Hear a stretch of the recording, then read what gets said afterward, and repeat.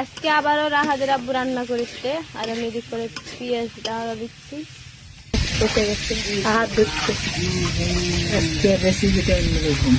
তাই নাকি? মাংসটা কিন্তু ভাজা নিচ্ছে আগে, মশলা দেওয়া হচ্ছে। সবাই বলবেন যে এতটি তেল লাগে, তেল কুন্তি পাই। রাহাদের আব্বুই কিনে নিয়েছিল তেল, আমার একটু তেল আছে ফুরে যাবে নি বলে আজকে এরকম করে রান্না করবো, তাই জন্য রেডি করে দিচ্ছে। এদিক করে আমি পেঁয়াজটা আগে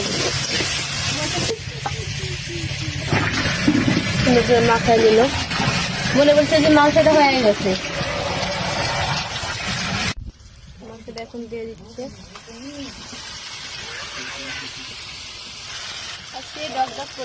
কালারটা দেখছেন কত সুন্দর হয়ে গেছে। আর গোসল করতে গেছে রাহাদের আব্বু, আর আমরা জিরা কেটে দিচ্ছে মশলা। রাহাত দেখেন তো নানির সাথে এগুলো খালি, তাই না? কত সুন্দর হচ্ছে, হয়তো হয় অনেক সুন্দর লাগবে মনে হয়।